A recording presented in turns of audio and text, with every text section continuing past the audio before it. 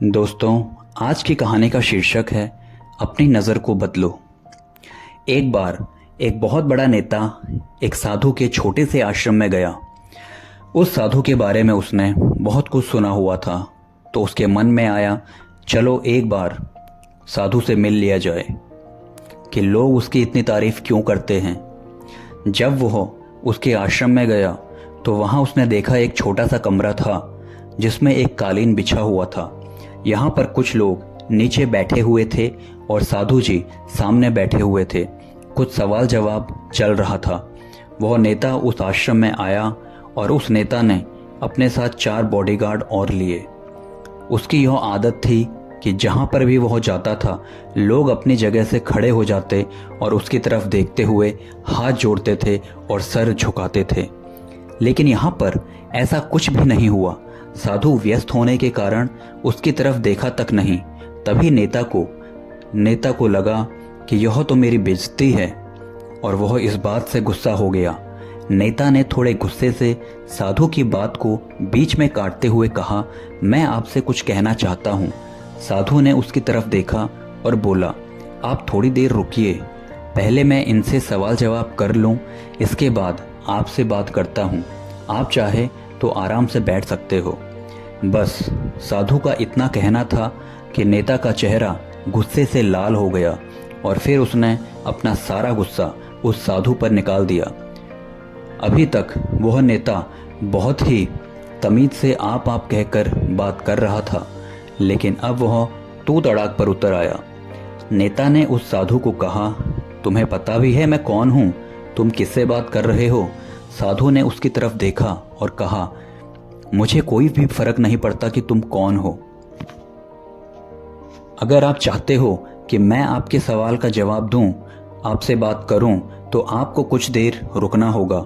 साधु का यह कहते ही नेता गुस्से से पागल हो गया और वहीं पर सबके सामने चीखने चिल्लाने लगा। नेता ने कहा, अब मैं तुझे तेरी असली औकात दिखाऊंगा।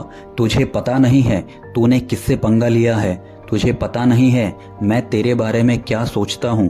साधु ने फिर से नेता की तरफ देखा और बड़े ही प्रेम पूर्वक कहा, इससे कोई भी फर्क नहीं पड़ता है कि आप मेरे बारे में क्या सोचते हो। आप चाहें जो सोचो मेरे बारे में। फिर नेता ने उससे कहा, तू चाहे तो सुन सकता है कि मैं तेरे बारे में क्या सोचता हूँ। मैं सोचता हूँ कि तू कोई साधु नहीं है, तू बहुत ही घटिया इंसान है। तू एक ढोंगी है, पाखंडी है, और यहाँ पर जितने भी लोग बैठे हैं तू उन सबको बेवकूफ़ बना रहा है। बस तेरा एक ही मकसद है, इन लोगों की जेब में जितना भी पैसा है वो सब तेरे पास आ जाए। आंखें खोली और कहा, मुझे आपसे कोई गिला शिकवा नहीं है। आपके लिए मेरे मन में कोई भी गलत ख्याल नहीं है। जो भी मेरे बारे में आपने कहा वह आपकी सोच थी और मुझे आप में कोई बुराई नज़र नहीं आती है। मुझे आप बहुत ही भले इंसान लगे। और साधु के इतना कहते ही नेता का दिमाग 7वें आसमान पर पहुंच गया। नेता के चेहरे पर एक अजीब सी खुशी थी, क्योंकि उस साधु ने वही कहा जो बाकी सब लोग उस नेता को कहते थे, और वह खुशी खुशी आश्रम से अपने घर की तरफ चला गया। घर पहुंचने पर उसने देखा कि उसके पिताजी ध्यान में थे। उसके पिताजी की पूरी जिंदगी सिर्फ लोगों की सेवा करने में ही निकल गई और बदले में कुछ भी उम्मीद उन्होंने नहीं की थी। तो थोड़ी देर बाद जब उन्होंने अपनी आंखें खोली तो देखा अपने बेटे को अपने साथ बैठे हुए। तो उसने अपने बेटे के चेहरे पर आज एक अजीब सी खुशी देखी थी जो आज से पहले उन्होंने कभी नहीं देखी थी। फिर उन्होंने उससे पूछा। नेता ने एक एक करके सब कुछ बताया, आज क्या हुआ, किस तरह से वो आश्रम गया और वहाँ पर क्या हुआ, उसने क्या कहा और साधु जी ने क्या कहा। जब उसके पिताजी ने पूरी बात सुनी तो थोड़ा सा मुस्कुराए और अपने बेटे को देख करके बोले कि उन्होंने तुम्हारी तारीफ नहीं करी, क्योंकि उन्होंने वो नहीं कहा जो तुम हो, उन्होंने वही कहा जो वो खुद हैं, और तुमने जो भी उनको कहा वो नहीं कहा जो वो हैं, बल्कि तुमने वो कहा जो तुम खुद हो।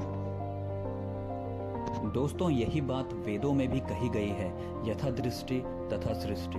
यह दुनिया तुम्हें वैसी नहीं दिखती जैसे यह दुनिया है, बल्कि यह दुनिया वैसी दिखती है जैसा तुम इसको देखना चाहते हो, जैसा तुम अपनी नज़र से इसको देखते हो। उसके लिए